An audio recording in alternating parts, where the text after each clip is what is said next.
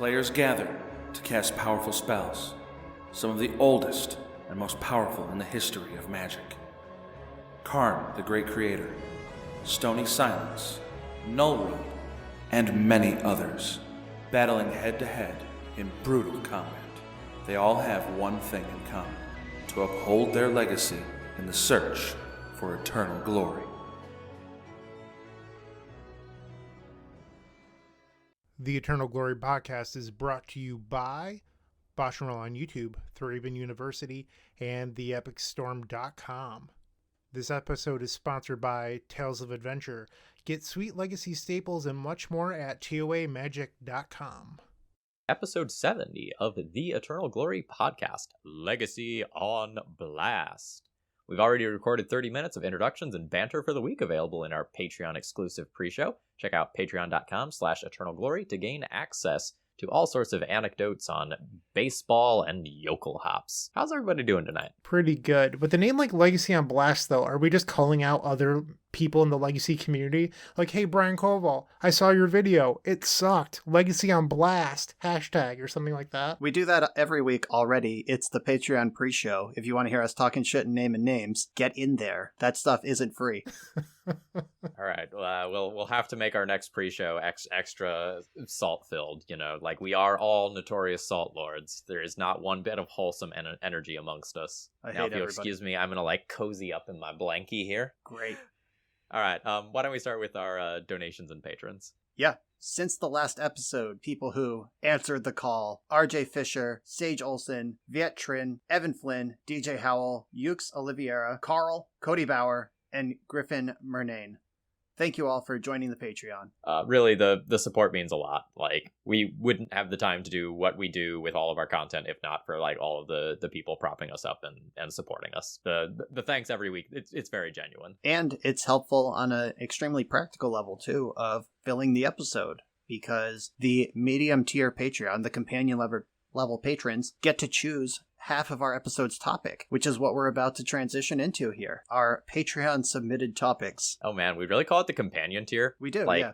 Do I just pay 3 mana and put RJ Fisher into my hand and grab the question? Yeah, basically. Luris is the avatar of that Patreon tier. You're so smart and handsome. This is great. Here we go. Section 1. Our first question does come from RJ Fisher. Has Thoughtseize been bad long enough that it's good again, since it's not being respected again? Stifle is best when it's bad. Logic applies here. I know Bryant has long and complicated feelings about this answer, so I'll get my short response in first. 1, Stifle is always bad. That's a trick. No, Brian is correct. I'm serious. I'm not trying to poop on RJ here. You might get someone once in a while on their first fetch land with a Stifle if Stifle has fallen out of favor, but Stifle's out of favor for a reason. Every time there's a band shakeup or something happens, you have to play against Stifle for a week and a half, then everyone realizes that card is bad. Stifle is always bad. Now that we've established that, that's the same answer for Thoughtseize. Stifle is a card that you can adjust play patterns to play around. Thoughtseize, the whole point of a card like Thoughtseize is the raw power of, for 1 mana, I'm taking a peek and I'm ripping it out. That is the entire thing that Thoughtseize does. Nobody's building their deck out of lack of respect for Thoughtseize. They're building decks where they are because Thoughtseize is not a respectable card right now. Just every deck can regrow from a Thoughtseize easily. Uro existing in the format is a game breaker. Expressive Iteration existing in the format is a game breaker. Sylvan Libraries in the non-blue decks and some of the blue decks. And I'm talking about in fair decks. In unfair decks, if you're Doomsday and you just need to take a peek then win, that's one thing. Thoughtseize as a tool in fair decks that are trying to make a long game go long, it's not a lack of respect that's the problem. It's a lack of power. I'm gonna old man Legacy voice here. Back when I was playing Legacy, when I first started, Stoneblade was a real deck. And we played Thoughtseize into Stoneforge Mystic, and we liked it. Thoughtseize was a real card in Legacy back then. It very commonly saw play. You saw lots of, fair Underground Sea decks. Those have largely disappeared. Over the past, 5 years especially, post-Fire Design especially. It's so hard for your 1-for-1 Thoughtseize to win you the game in a fair matchup because you're competing with so many high caliber things that draw cards. Uro, Teferi, like the list goes on and on and on. It's very hard to compete on a fair axis with a Thoughtseize. And even if you try to build around it, for example, I recorded a batshit crazy league with like Waste Not, which incentivizes you for making people discard. When your opponent is out of cards, that Thoughtseize does nothing in the end game. And when you are drawing blanks and your opponent is just playing whatever they top deck, it feels real bad. I have a few points I'd like to make here. So I think Phil covered most of my first one, which is the overall power level of cards has increased since Thoughtseize's heyday. So when you look at how decks were built from 2008 or 9 all the way up to 2017, they were usually based around a single card, and if you could Thoughtseize that card away, maybe like a Show and Tell, for example, it would really cripple those decks. Fire Design happened. The overall power level of cards in the game increased, as Phil mentioned. Well, now decks aren't really built around singular cards anymore. It's a number of cards that are all haymakers. So like Brian mentioned, you take a look at their hand and you go, oh, they have 2 lands and 5 haymakers. Which one is going to punch me, the hardest? But the answer is you're getting punched regardless, so it's going to hurt. Unlike a counterspell, you're not even forcing them to invest mana, which is another issue, because like at least if it was a Spell Pierce or whatever, they're wasting an entire turn, so you're getting a time walk. Where with discard spells, you're giving a time walk in a way, which feels pretty bad. I think in general, discard has just never been worse than it is today. And that almost dips into my second point, which is people going, well, Veil of Summer exists, so I shouldn't be playing Hymn to Torok and Thoughtseize and Duress. Hymn to Torok and Duress and all those other cards are just not playable. Like, that's what it is. And if they were playable, then you could play them. So right now, in the last few weeks, Ant, for example, I realized that I messed that up. It's fine. But Ant has had a small resurgence, and people are like, oh my god, Ant's back, Ant's back. But if Ant was truly back, people would start adding Veil of Summer to their sideboard, and Ant would go back into the hole that it was living in previously. Like, it is successful right now because it's not being respected. You're allowed to do this. Like, if you can get away with it multiple times, keep on doing it, but at some point you will be bit. And I think that's a sign of a healthy metagame, because people are always blaming Veil of Summer for discard not being powerful, and I don't think it's fair. If you're afraid of Veil of Summer, make people play it again, because right now no one's playing Veil of Summer. And if you can get that cylindrical metagame going, that's ideally what would happen. And people are like, oh, well, I don't want to play him because Veil of Summer exists. Why does that matter? It always confuses me reading Reddit posts and people are just terrified of Veil of Summer all the time, but nobody plays the card. You can play something for 1 week, enjoy it, and then play something the next week if you think people are going to metagame against you. It just drives me insane. I'm going to cherry pick my favorite part of everything you just said, where the base question was, has Thoughtseize been bad enough that it's good again, etc. If we're talking about Thoughtseize, the magic card, no. If we're talking about Thoughtseize, the pillar that enables certain black-based degenerate combos, yeah, maybe, like this week. Thoughtseize clearing the way for Ad Nauseam Tendrils is the type of thing that might be good because it's bad. But Thoughtseize, the magic card, standalone with no context, does not fit that bill. Yeah, I mean, we in the pre-show we were talking about Reanimator and how if people are going to be metagaming against Delver very hard, they lose out on slots to fight against other things.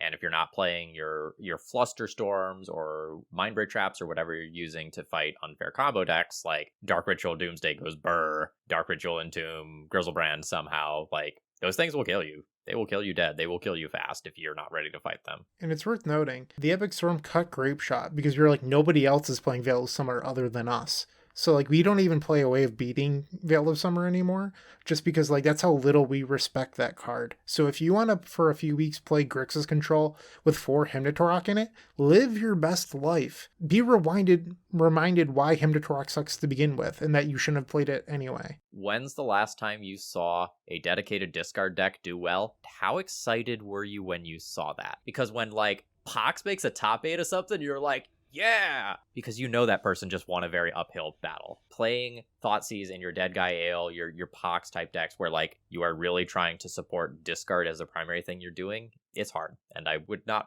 recommend it. I'd like to make a quick caveat. There's probably like some black-green depths people that are like a little bit upset right now because that deck has put up a few top 8s over the last few months in like the Saturday challenges.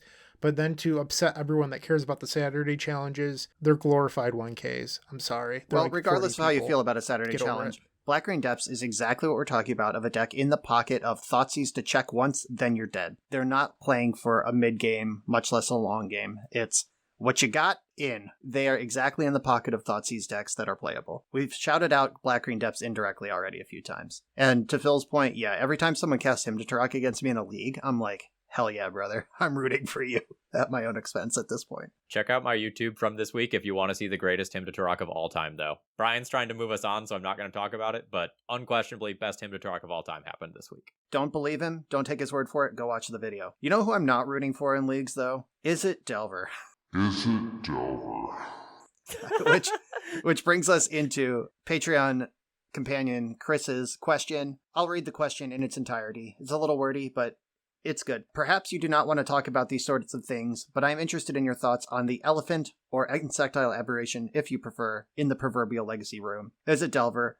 3 months or so ago when they banned Ragavan, WotC said they would be, quote, keeping an eye on the format and would make additional changes if they were warranted. After the past few weeks and the repeated dominance of Is it Delver, hell, even Brian Coval, that's me, put down his Tundras and picked up the deck for the Buffalo Chicken Dip tourney. Do you think changes are warranted? If so, what? I apologize for the long question. Chris. It's true. I did cosplay as a cop and played Is it Delver and easily top 8 at a tournament last weekend. We touched on this a bit in the last episode because it's been a full 2 weeks with no action since Is it Delver reestablished maximum bullshit levels. Yeah, Chris, I think something should be done. I think WotC needs to make good on their keeping an eye on the format and make additional changes if warranted. Promise. I'll let you guys decide how much time you want to talk about the specifics of this, because the rest of our episode, we're talking about Pyroblast as a main deckable card in the Legacy format, and then we're going to talk a little bit about Bullwinkle's rebuild of Is It. So this is going to be an entire Is It episode. I'll hand it over to you guys to decide how much you want to talk about bans. I'll start, because I think what I have to say is quick. Absolutely pro bans. Whether or not you're willing to, like, cut the head off the Hydra and just burn it and take out a real card of the Delver Shell, or whether or not we just want to keep playing the same game of, like, oh, here's a new broken card advantage engine. Oh, here's a new overpowered cheap thing to slot into the deck. If we want to keep playing that game forever, or you want to attack, like, the real Delver Shell and get something like Daze, like, honestly, I'm good for anything for a shakeup. I want to give WotC some credit here. Going back to the Pauper format panel article, one of the things that they said was like, hey, we're either going to make changes really quickly, or we're going to wait until the new set comes out, and then after that, we'll make some changes. I'm really hoping that, like, these changes are, like, printed, ready to go, and they're just waiting for, like, the spoiler season to end, new set to come out, and then it's like, hey, here's your new format. I would really hope, like, signal loud and clear, like, we know it's bad. Honestly, I feel like that's a weird stance that Wizards would put out, because ideally you'd want to hit something before a new set comes out, because that just gives them an excuse to wait even longer. Because if I'm going to play devil's advocate, if I'm sitting in the B&R chair, I go, well, we just released 374 new cards that could theoretically impact the Legacy metagame. Why would we ban something now? We have to see how these new cards impact the format. Obviously, there's nothing from Streets of New Catania or whatever it's, I don't know. Streets of Settlers of Catan. Well, just, yes, exactly. I don't think there's a good justification for them to ban something when there's new cards being, like, ideally they would do it before a new set came out, in my opinion. I think you are missing their motivation, which is not, we hope these new cards impact Legacy in a way that dislodges Delver from the S tier. I think they're saying we don't want to distract from spoiler season and our ability to sell cards. With that. That's what they mean by that. Okay. Prices go up. Woo! All right, we're not going there. At the beginning of the question from Chris, Brian made a joke about how Legacy isn't played in leagues. And actually, I mean, I think we're all in agreement that something needs to change. Or You said what did I Legacy isn't say? played in Legacy's leagues. not played in leagues. Okay. Oh yeah, All right, Legacy's just not making played sure. in leagues. That's Okay. true. I'm joking, but Is It Delver isn't played in leagues. That's what I meant to say. I've destroyed this podcast. I'm sorry, You're guys. I've destroyed this podcast. I'm sorry, guys. Yeah, please fire me. Do Leave it. now. Phil and I will carry this like we did last episode. Muscles. When I lost my contacts, yeah. If you were listening to the last episode, I lost my contacts and couldn't read the show notes for the last 10 minutes. I just didn't participate. Yeah, his so I couldn't eyes were read. watering. We could see him. He muted his mic. We could see him wiping his eyes and crying and leaving the room and coming back and then leaving again. And Phil and I just carried the last 10 minutes of the episode. I bet you didn't even this notice. This is the behind the scenes stuff. Yeah, I don't matter. It's fine. Anyway, Delver's not played in leagues. Carry on. Correct. It's funny because there's a few members of the Legacy community that have tweeted out things about how they're trying to test for events. One of my good friends was trying to test for a local 2K this weekend, said that they played 2 leagues, never once faced Delver. Today, a few people were tweeting about how Delver isn't played in leagues, so why does it need to be banned? And I think that there needs to be a distinction because I think the Legacy leagues are often way less competitive than the challenges. It's just because the challenges are a lot of people trying really hard to spike. Where in the leagues, I think you get a lot more of the fun aspect of Legacy. You get to play your sweet brews and all that sort of stuff. And if you're only someone that plays League, you might not experience the same thing that the people on Twitter are upset about. And I think sometimes there's a disconnect within the community where people are like, it's fine, I never face it, versus the people that are like, I just played a challenge and I faced it 6 times. Because really, Legacy is full of people that are spikes and then people that are maybe a little bit more casual. Yeah, this is just a really easy point made across all formats where the higher the stakes, the less creative you get to be, or the harder you have to dial in on what actually matters. It's the entire EDH power level discussion, which is basically the identity of the EDH. The biggest format in Magic is identified by what we agree to play at our table. The second you put any stakes on it, so just $5 to sit at the table, winner gets the 20, everyone's gonna be cracking off CEDH decks and having no fun. Leagues are the casual table, basically. They are the lowest stakes, easiest recoup, easiest way to go infinite way to access Legacy in the world. It's not even close. And there's just enough stakes, you do have to pay entry, that people care a little bit. You're not going to be playing against literal Savannah Lions White Weenie in the Legacy queues. Phil just made a face like he has that video dropping next week. But you're not going to hit that. You are going to be playing against real decks enough that someone is willing to wager $10 on being able to 3-2 with it. So, but yeah, obviously compared to a challenge and then compared to a showcase, it's a very different animal. Briefly talking about leagues. If you play enough leagues, you will come to the conclusion that Blue-Red Delver is broken. But I think for a lot of people who play Legacy, it's 1 or 2 leagues worth of Legacy a week. For those of you who are paper-only players, how big's your local? Are you playing 3 or 4 rounds a week? For those of you who are parents or have jobs that require you to work more than 40 hours a week, how many leagues are you really getting in? If you play against Blue-Red Delver once a week, you're yeah, this deck's fine. If you're recording 5+ leagues a week for content and you're on your 10th round versus Delver of the week, I roll okay, so it's turn 1. I'm already concerned about a Murktide Regent. If it comes down, I'm gonna die to it. I don't have a removal spell in my hand. You'll still come to those conclusions if your sample size is large enough. Yeah, it's a running meme. Phil actually sees Murktide in his sleep. It haunts Phil me. falls asleep. It haunts me. Nightmares. Just oh god, turn 1 Dragon Rage Channeler. Turn 3 Murktide Regent. No! It's a running meme on my channel where when I see someone lead on Volcanic Island, I say, ooh, we've gotta try hard. And just rub it in. Because I really do go on runs where I might record 3 or 4 videos without saying Delver, and then I queue into it 4 times in a league. And I'm just bruh, come on. Anyway, I'm gonna wrap up this section by saying, Is It Delver got 4 cracked cards, any one of which would have sent it over the top in Ragavan, DRC, Expressive Iteration, and Murktide Regent over a 3-month period, and they banned 1 of those 4 cards. The other 3 still at large.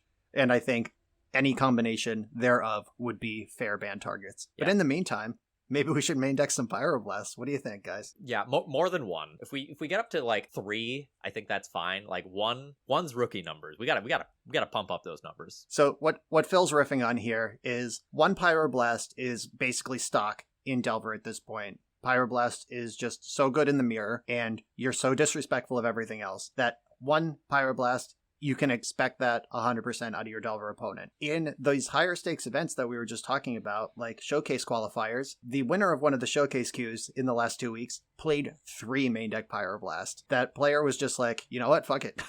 I'm not losing the mirror. Let's go. It's the only deck that matters. And they were right. So what does that say about the format? Well, I think that there's something we should address here. So main deck Pyroblast is obviously really good because it answers the giant blue dragon in the room, Murktide Region. But then there's a secondary effect of Dragon's Reach Channeler. When you play Dragon's Reach Channeler, you can mill Pyroblast in matchups that it's not good in. So you might see it off a Ponder, go, okay, I can mill that with this Bobble. Or you go, okay, I'm playing Brainstorm, and then I can just cast a Ponder, mill the Pyroblast, and look at fresh cards. So when you're playing this Izzet engine, the dead cards in your deck, they're just Dragon Fuel.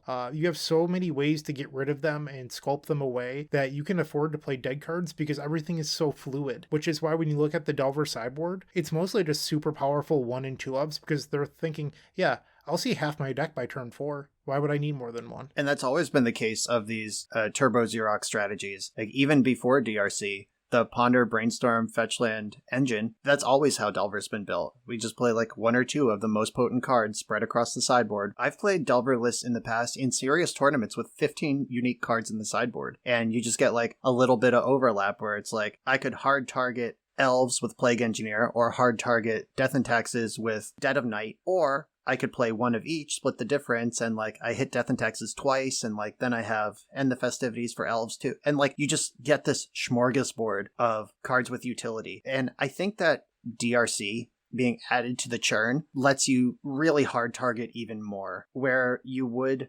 play cards with spread of utility, like I just said, where like the End the Festivities and the Plague Engineer are good against Elves, and then Dead of Night for specifically Death and Taxes and like etc. But if there's like Mentor decks in the format, it's good there too. I'm obviously talking about a different era because these cards are not playable, but this is like my experience playing Grixis Delver back in the day. Now you can play even more hard targeted things because you're going to find them even faster, and you can shred past the ones that aren't good if you bring them in at all. And DRC sees so many fucking cards. It's outrageous. So I want to talk about Pyroblast a little bit before we actually get into answering the question. I think Pyroblast is really defensible right now. When I think about pillars of the Legacy format right now, I think about Blue-Red Delver, I think about Death and Taxes, and I think about whatever blue control color combination is popular for the current weekend. And then there's kind of fringes beyond that. And Pyroblast is not dead versus Delver anymore because of the existence of Yorion.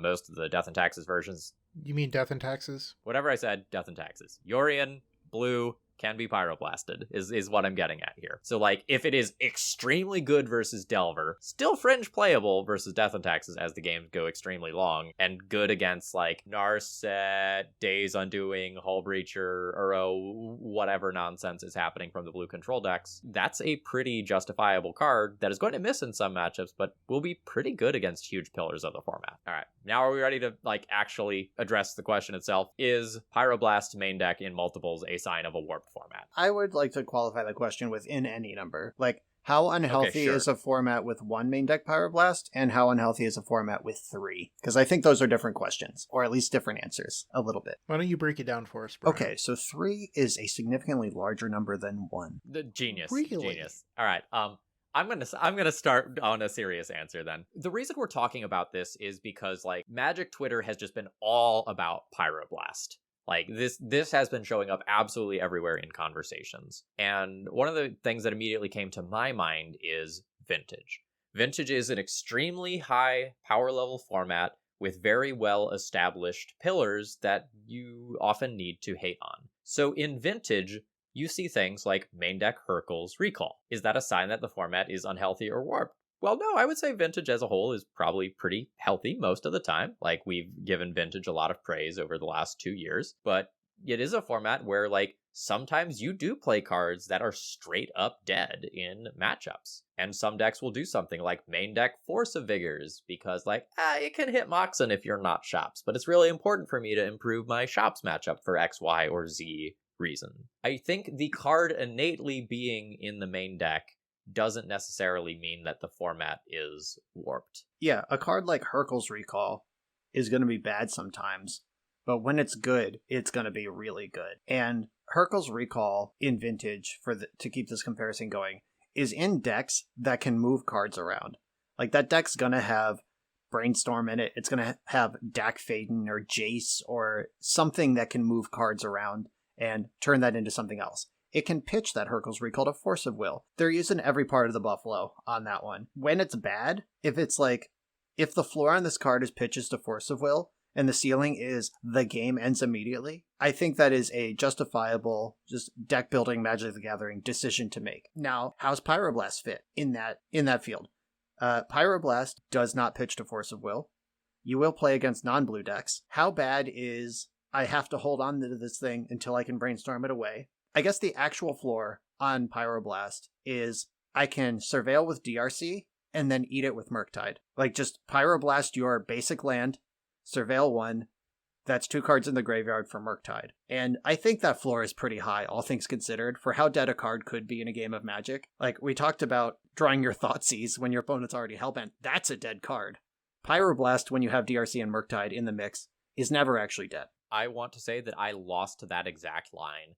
My opponent went, end step, Pyroblast your land, and I was like, what? That's weird. And then I went, oh no. And then, like, big fat Murktide came down and smacked me, and I died the following turn cycle. Going back to Vintage for a quick second and the comparison to Pyroblast, because Pyroblast is a main deckable card in Vintage, right? Like, I'm sure Brian has played main deck copies. I play 3 main deck copies in my Tinker Breach deck. And when you look at Vintage, it's a solved metagame. You have your Bazaar decks, you have your Shops decks, and then you have your Blue Mirrors. And the Blue Mirrors are, you have some variety in there, but, a lot of it's pretty similar. Like, you're sharing 40 of the same cards. And when you look at Shops, which plays no blue cards, every once in a while you'll face, like, a weirdo person playing Tinker in their Shops variant, but, like, it's really not that good. And then you have your Bazaar decks. Well, Pyroblast in post-board games can hit Mindbreak Trap, because sometimes Shop decks play that. And if that's the case, and if you don't have enough cards to board out, you can realistically keep in a Pyroblast if you need that one extra slot to counter a Mindbreak. And then against the Dredge decks, they often play 8+ free blue counters, so it even has some, usefulness there. That said, if I can prefer to board out, or if I can board out Mindbreak, or I just said Mindbreak Trap, Pyroblast in those matchups, I try to, but it's not absolutely dead. And I think that comparison transfers over to Legacy for the reasons that Brian mentioned with Dragon's Rage Channeler, plus a bunch of other things. In the past, this goes back a handful of years ago at this point, back when Young Pyromancer was still playable, but it gave you that token, and everyone thought, oh wow, that's so good. But now that you don't visually see that token on the battlefield, that comparison, people don't see it quite the same, because, like, how often is a 1/1 token as powerful as a Surveil? And people just don't visually see it, therefore they don't recognize that a Surveil can often be more powerful than a token. And I think that sort of stuff ends up being pretty interesting. If I'm recording and my opponent goes turn 1 Delver, my first thought is like, oh, cool, it's not Dragon Rage Channeler. Because that Surveil is just so powerful when you don't answer that creature. Not just for Murktide Regent, but just for the raw selection that it allows you to do. Those Brainstorms, Ponders, and whatever, getting 1 card deeper matters so much. Yeah, my hierarchy of Delver openings are Land Go is my favorite one. Land Ponder, I'm wiping sweat off my brow. Land Delver, I'm like, okay, I know what this clock looks like. Land DRC, I'm like, shit. That is how turn 1s can go. And for a while, when Channeler was printed, I still think Channeler is a bazillion times more reasonable than Ragavan, where Ragavan, it's literally like, well, gotta throw anything I can at this wall. Like a Dragon's Rage Channeler, you can at least try to play around days, like take the 3 or take the Surveil selection, let them have that to make sure your plow doesn't get dazed, whatever. You don't really want to. Delver, I'm taking the 1 or 3 every single time so I don't get dazed, but DRC, like, it's a real decision. Seeing 4 cards off your Ponder, 4 cards off your Brainstorm is a lot more than 3. I don't know if the two of you saw, but over the weekend, a Breach deck won the Vintage show, or the Vintage Challenge, and they just played a full set of Dragon's Rage Channeler. And then in their tweet about winning, they're like, yeah, this card is so busted, I don't know why people don't play it. Legacy players certainly know how busted Dragon's Rage Channeler is. If you are a multi-format player, like, please take your knowledge from one format and apply it to others. So, like, way back, I know we were talking about, like, modern Dragon Rage Channeler builds tech, and, like, it hadn't been incorporated into Legacy yet, specifically with things like Baubles, and now you see Baubles all the time. If you're playing Legacy and you're going, hey, this card's broken, can I try it in Vintage too? Go for it. Wager your 100 play points on, like, yourself and see if it's actually good. Yeah, when Star City came to Philadelphia, they had a modern main event, and then I had a local modern 2-point-something K the following weekend, and I played Grixis Death Shadow in both of those events. Hadn't really seriously tried to win with modern, just some goofing around on the channel in modern queues, but really trying to win playing Grixis Shadow, a dedicated DRC Ragavan deck, I was like, oh my god. Like when I actually like dialed in trying to win, like turn 1, Dragon's Rage Channeler, play Mishra's Bauble, Surveil 1, Bauble U, like it was like, what have I been doing? If I want to win games of Magic, why have I registered anything else in a Legacy tournament for the past 8 months? This is insane. Just that modern experience. I don't know that I would have selected Delver and top-8'd the Buffalo Chicken event last weekend if I hadn't played Grixis Shadow in modern. Leading up to that. All right. So kind of spinning off the question in a slightly different way, like, is the format unhealthy and is the format solved are different questions. And there can also be like the third category of like, the format is unhealthy and the format is also solved. Yes. Where are you all on this? I think that Legacy right now, so I think unhealthy is one thing. I think solved is another thing.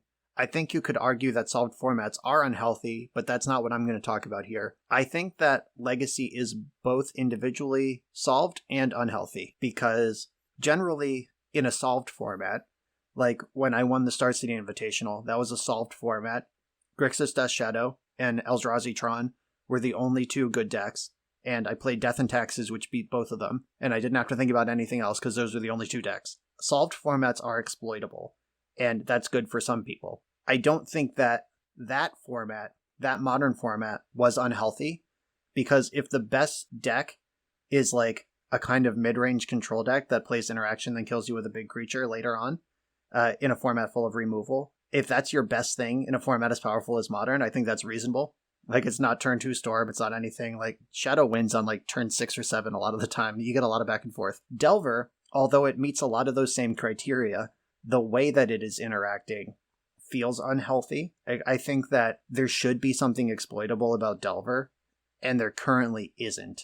I mean, like, you could probably build a deck that's just like main deck Graveyard Hate, main deck Chokes, main deck 4 Run of Fouls, or like, you know, pick your stupid thing, and you could build that deck, but that's not real.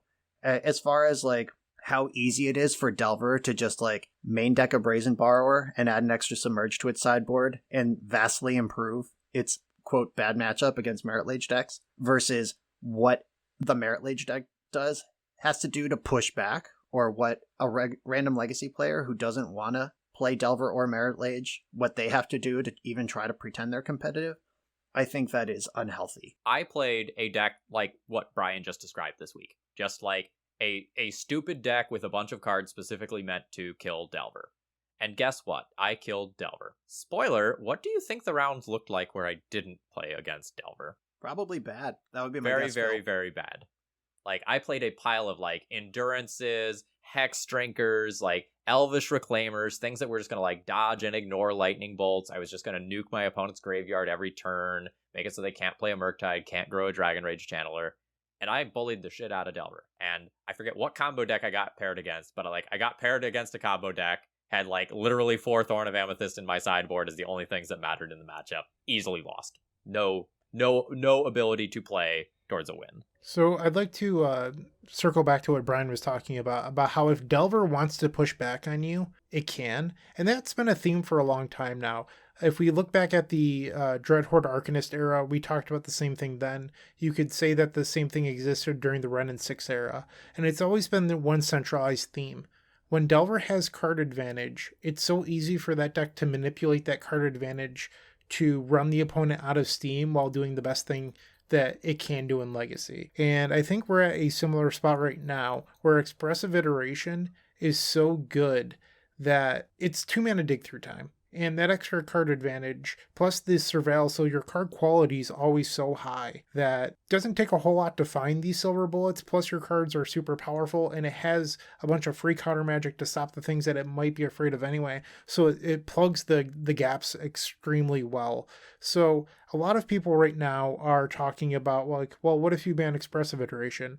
In this next section, there's another card that we're going to talk about that could potentially fill its shoes pretty well. How about, I'm going to let Phil introduce this new section, and then we'll come back to this. All right. This section is going to sound really familiar to those of you who have been longtime listeners of the podcast, because this is essentially a return to the Mid-Range Wars episode that we did previously, where the general thesis was beating a mirror often involves going slightly bigger than the opponent. And this is something that we've seen again and again and again. And specifically why we're revisiting this right now is one of the Magic Zoomers posted a little baby article, like a 2-page Google Doc with some pretty darn good ideas. Oh, this thing was 4 pages, Phil. This was a full article. Oh, yeah. Yeah, we all have it up right now. I just have this a giant... is Isaac Bullwinkle. I have a giant monitor. Like, don't mind me. Yeah, okay, 4-page article.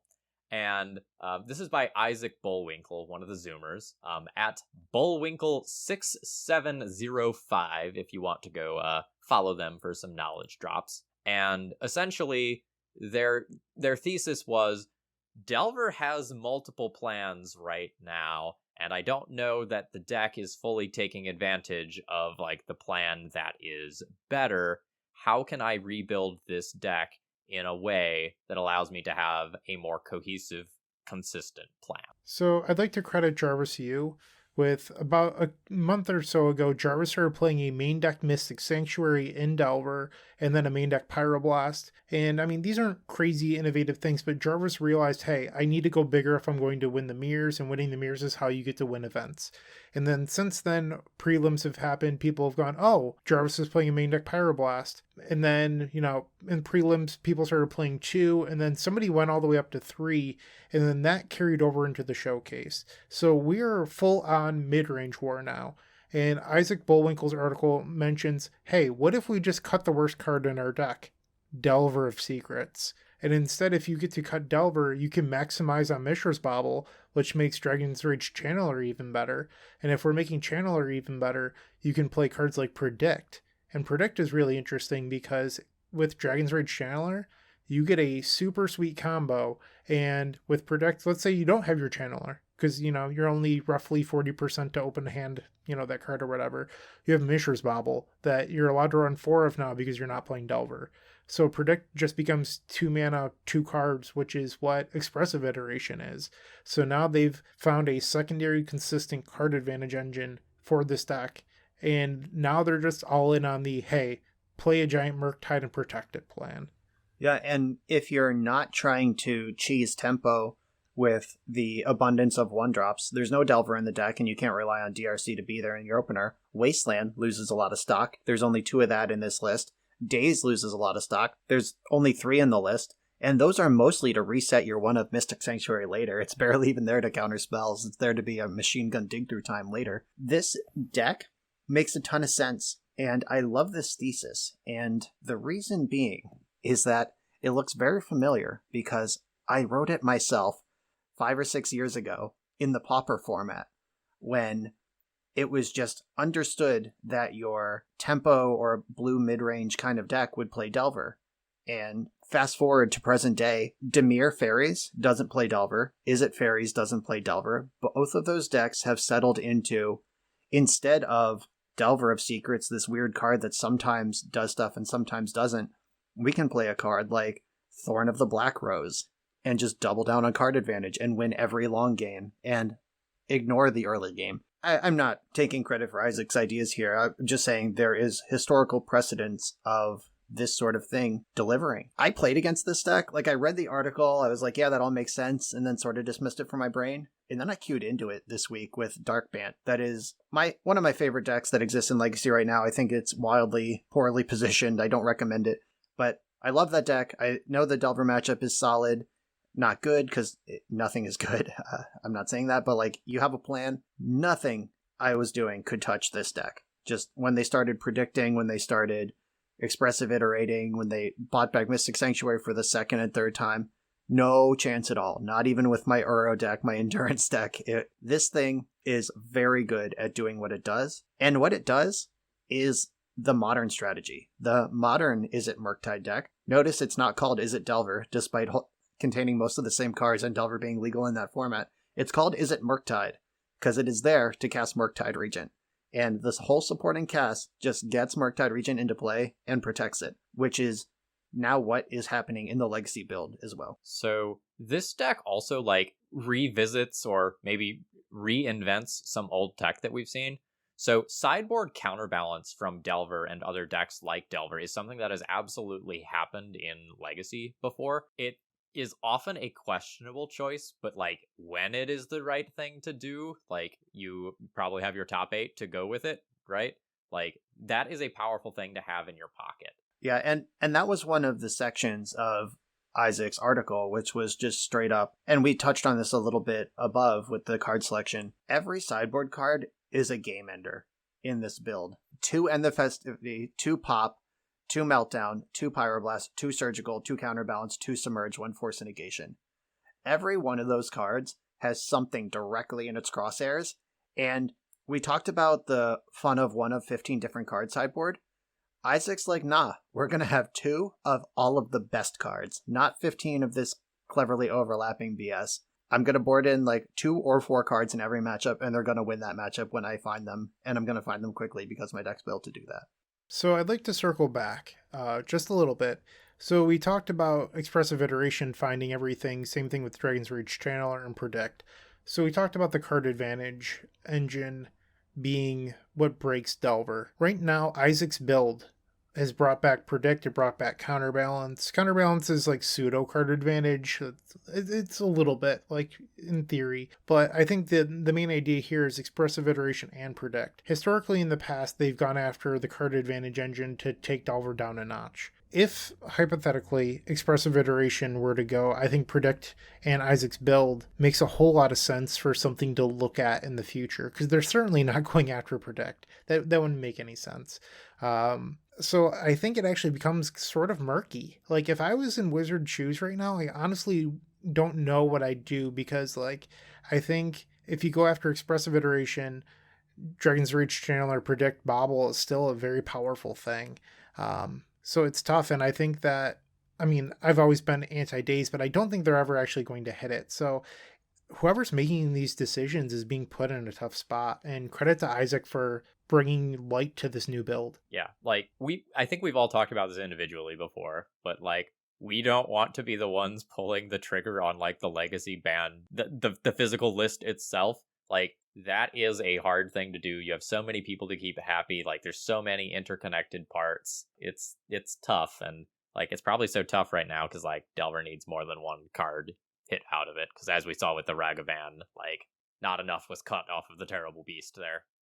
Really? Yeah, it's shocking news. It's not like we've had to talk about Blue Red Delver every episode for the last 2 months, because it's just everywhere.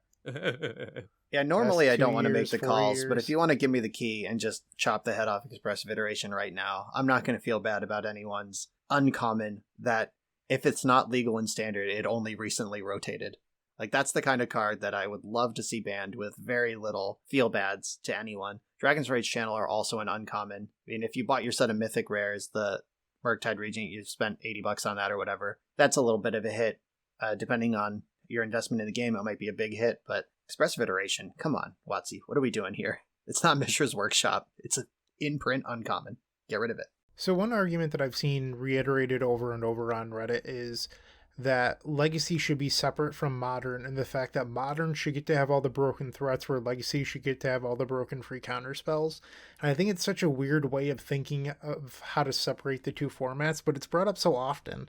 And I'm just curious what your take on that is. Every time I go back and I play a Modern League, I just feel my past trauma come back as, like, Ragavan and Ren and 6 are legal. And it's like, what the fuck is this? How is it still okay to do that there? The answer to that I question is I also... know the serious question. I know, I'm like, just going to answer that exasperated hypothetical with Brian's real question, which is that Modern and Legacy are just materially different, feel different, play patterns are different. Ragavan's okay because the removal can hit it, because Daze and Force of Will aren't backing it up. Wrenn and 6 is okay because there's no Wasteland. Like there's just so many different things. Like the core cards, especially the two Modern Horizon sets, obviously dented both formats in a significant way, which they were supposed to by design. And the fact that you had to ban Ragavan and Wrenn and 6 out of Legacy, but they're triumphs in Modern, I think they've designed that set extremely well. And whatever somebody thinks should be the defining characteristics of a deck or a format doesn't matter if cards are printed that change that identity. I think if Legacy and Modern became indistinguishable from each other, we'd have a problem. But that is not even close to the case, and anyone who actually plays both of those formats could tell you that immediately. One thing that I think about fairly often is how broken Dreadhorde Arcanist ended up being in Legacy due to the cantrips. And I think you could, when you think of Legacy, you think of Brainstorm and Ponder, right? But when you go and look at Modern, you have Serum Visions and Consider and Opt. And the power level drop off there is pretty far. And nobody plays Dreadhorde Arcanist in Modern. It's just like the power level in which you get to abuse those powerful one drops is just very different. Yeah, it's the same reason, like, Dreadhorde Arcanist being unplayable in Modern and banned in Legacy is the same reason Ragavan is playable in Modern and banned in Legacy. Like, the damage dealt when a Ragavan connects is a huge part of what Ragavan is as a presence on the battlefield. And if it's regularly taking Ponders, then it's just Dreadhorde Arcanist. If it's regularly taking, like, Kroxa or Teferi, or, like, higher cost cards or removal spells that you're not going to cast because your Ragavan's the only creature in play, that's just a different thing. Modern decks have higher land counts than Legacy decks in normal circumstances, lands decks notwithstanding. It's just totally different axes, totally different intangibles to consider. While you can port your Modern deck to Legacy, and sometimes that is a success, we don't see a ton of Legacy Hammer Time, for example, right? There was like a 2-week period where people were trying that out and pretty excited about it, and then that kind of fell out, right? The formats are different enough, and like some of the specifics of the things missing from the Modern card pool, like Wasteland Daze, Force of Will, like those sorts of things, enable some things to work in Modern that just don't work in Legacy. Another great example is just Burn. Burn is everywhere in Modern. Like, it is a real force to be reckoned with. If you're playing Modern leagues, you're going to run into it. And then Legacy Burn is like this tier 4 deck. Like, a bunch of the diehard Burn fans will do fine with it because they know exactly what they need to be doing in their matchups. But playing the Burn deck in the like show and tell world, in the Uro world, like, it's hard. All right, so do we have any kind of closing thoughts on Delver, Pyroblast, or the mid-range wars here? I don't know if we ever actually answered the thesis of the episode, if I'm being honest. Like, is Pyroblast a sign of a unhealthy metagame? Innately, I believe the answer is no. Like, if just any time period you say, like, hey, is someone playing a Blast main deck a sign of an unhealthy metagame? I would say the answer to that is, like, no. That's, like, very clearly targeting something that is in the format. I think when you're at the point where we're at now, where people are playing 3 of them main deck, and, like, everyone knows what the best deck is, everyone knows those Pyroblasts are there very specifically to fight primarily against one deck. When you take multiple factors involved, like, the answer is probably yeah. Like, there's something wrong. Yeah, I want to bring back our friend Solved. I think that Pyroblast is always a sign of a solved metagame, but it's not always a sign of an unhealthy metagame. There are solved healthy metagames that exist. Yeah, I think that's a fantastic way to put it. I think those are our wise words to end on, honestly. Yep. Enjoy Pyroblasting for the time that it's left. And hit the Expressive Iteration. Don't wait for the Murktide. Enjoy.